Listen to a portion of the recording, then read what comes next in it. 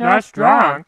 Finally, it's time to look at the Donkey Kong Country series, a video that will no doubt piss off at least 80% of the viewing audience. And why is that? Because I didn't play these games as a kid, so many will feel that I don't love these games enough. There's zero nostalgia here. The goal is to be objective as possible, so try and keep that in mind as you're clicking the dislike button out of rage. Donkey Kong Country was a massive deal when it came out, just in time for Christmas in 1994. We'd only known Donkey Kong for the most part as a two-dimensional chest-pounding adversary to Mario in the original Donkey Kong arcade games. Donkey Kong Country sees him reinvented as a three-dimensional protagonist in a side-scrolling platformer, and the game opens up an entire Donkey Kong universe of characters from sidekick Diddy Kong to the hilarious Cranky Kong to the final boss, the evil King K. Rool. This is a fully realized world from start to finish. It has an artistic style unlike any other game you'd see anywhere, and not just from how the characters are rendered, but the backgrounds, the distinct color palette, and especially the music and sound design. The music from David Wise throughout the entire series is what makes this series as good as it is. I can't imagine playing these games without it.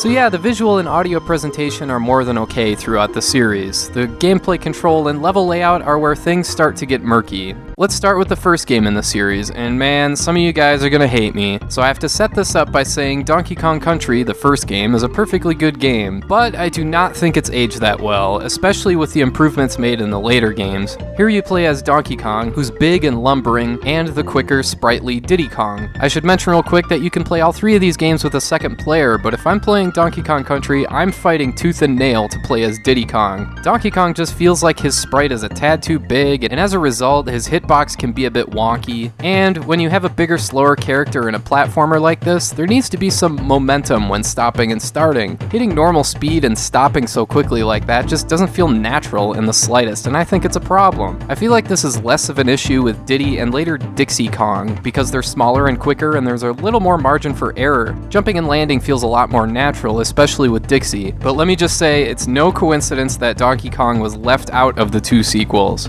Another issue I found with the first Donkey Kong Country is the small amount of screen real estate on certain levels. Sometimes it feels like you can outrun the camera. I mean, it doesn't scroll vertically at the same rate of speed it does horizontally, which causes a lot of unexpected issues. It's not that big of a deal in most of the game, but in Ice Age Alley, wow. It's hard enough to have everything absurdly slippery, but the camera can't even follow where I'm going or allow me to see where I'm supposed to go. That is frustrating for the wrong reasons. I have to mention the boss fights in this game as well. You fight a big mole thing, a big vulture head thing, a wasp, an oil drum, a second big mole thing, and a second big vulture head thing before you get to the final boss. It's just kind of uninspired. The battle themselves are also very easy, which is a disappointment. Yeah, I know I'm being a bit hard on Donkey Kong Country. Please believe me when I say I don't think it's a bad game, but it's considered a classic and it sold 9 million copies. It should be held to the highest possible standard. It is a perfectly good platformer on its own. There's some clever level design, especially with the shooting barrels. As hard as that stage is, I enjoy the timing-based gameplay here, and there's a certain rhythm to this game that once you adapt to it, it can be kind of addicting. I love all the companions you come across, like the rhino and the swordfish, and spoiler alert, I love the fake-out ending in the final boss fight. That was great. And of course, you can't say enough about the soundtrack. It is fantastic. It's also fun not only to just mow through the game conventionally from start to finish, but to get the highest percentage possible by collecting as many items and by uncovering as many secrets as you can. The problem with this is that more often than not, the game just isn't intuitive on where some secrets are located. Like, I'm supposed to just jump down here? Why? How? Why can't I jump over here? Oh, there's nothing over here. How the hell am I supposed to know that? It is absurdly difficult to try and get 100% in this game. Ask anyone. You end up just falling down random pits hoping to get lucky and find something. So yeah, Donkey Kong Country is fine, but I do not think it's as good as it's been hyped up to be over the years. And if you get the impression that I'm being too hard on it, it's because the second game, Diddy's Kong Quest, improves on it in every single way. Now this is a game that's aged fantastically because not only are the visual and audio presentation just as good, if not better, but the feel of the gameplay and the level design is much improved. They ditched Donkey Kong altogether for Dixie Kong, who can spin her ponytail in the air for a floating effect, not unlike how Mario can float with the cape in Super Mario World.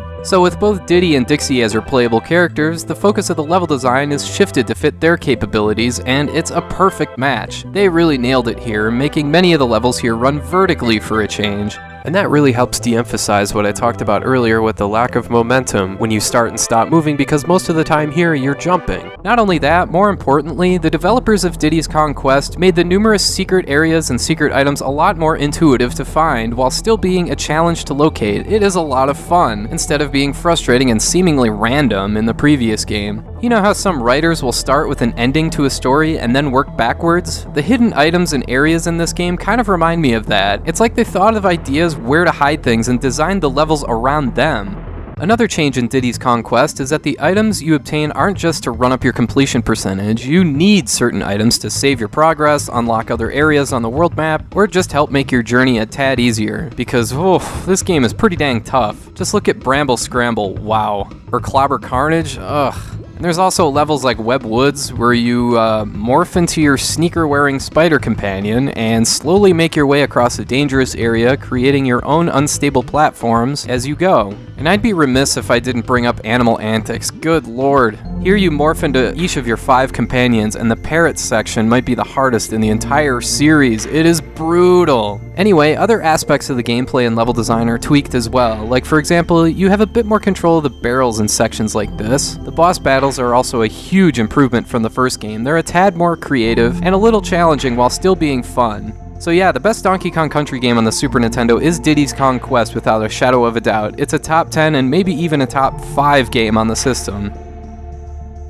So how do you top that? Well, Donkey Kong Country 3, Dixie Kong's Double Trouble certainly gave it a try. This is a very, very ambitious game. Some of it works and some of it doesn't. To put it one way, this game feels like a band that gets sick of playing conventional rock music, so they want to quote-unquote experiment, and man, they really go far here. There's tons of ideas thrown out there, and while I appreciate the gameplay variety, it's not all that cohesive, and some levels are just downright ridiculous, like Rocket Rush. I mean, what is this? You're awkwardly floating around in this barrel rocket thing, the controls are weird, and it just feels completely out of place. Then there's levels like Poisonous Pipeline, where the poison gas reverses your controls to where pressing up goes down and pressing left goes right, and why? Why? Just for the sake of doing it, I guess. It's not even that it's difficult, it's just annoying, and again, out of place. There are a few other bizarre levels like that in this game, and it's a shame too because so many of the other levels in this game are fantastic. I like Riverside Race, where you speed run across land and sea to avoid getting chased down by a group of angry bees, and I thought Logi Labyrinth was pretty cool too, which as you'd expect, has you floating around in low gravity. The secret areas and hidden items are fun too, a lot better than the first game, but not quite as fun as the second game, and I think that's because Dixie Kong's Double Trouble is really hard, the toughest of the 3 in my opinion. It takes a long time to get good at this game, so if you want to get 100%, buckle up. I'll admit, it might feel more rewarding to get that 100% in Donkey Kong Country 3, but you'll have a more fun time getting there in the second game.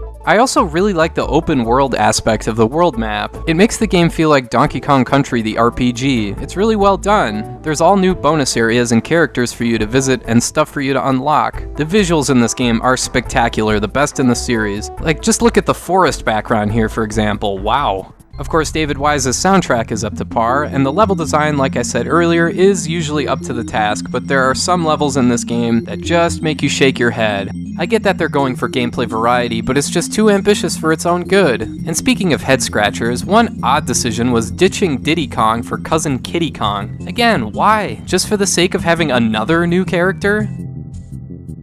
So yeah, if you're still with me, let me sum up. Donkey Kong Country is a fine game. Repeat, a fine game. I don't hate it, and I certainly don't hate it for the sake of hating it to be different, but it just hasn't aged very well because of the stiff platforming physics behind the Donkey Kong sprite, the lack of intuition to finding hidden areas, and the boring boss fights. Diddy's Kong Quest is by far the best of the 3 games because the level design not only matches Diddy and Dixie's capabilities perfectly, but because the secrets and hidden items are so much better designed and player-friendly, and that gives the game more of an addicting quality. Dixie Kong's Double Trouble is very good. It's better than the first game, but you get the feeling the game bit off more than it could chew. There's some really strange levels here, and it's also brutally difficult. Just look at Lightning Lookout. Yikes. Anyway, obviously my pick for the best in the series is Diddy's Kong Quest. I think it's the most fun of the 3 by far. The team of Diddy and Dixie is just perfect. And like I said, it's an easy contender for a top 10 and maybe a top 5 Super Nintendo game.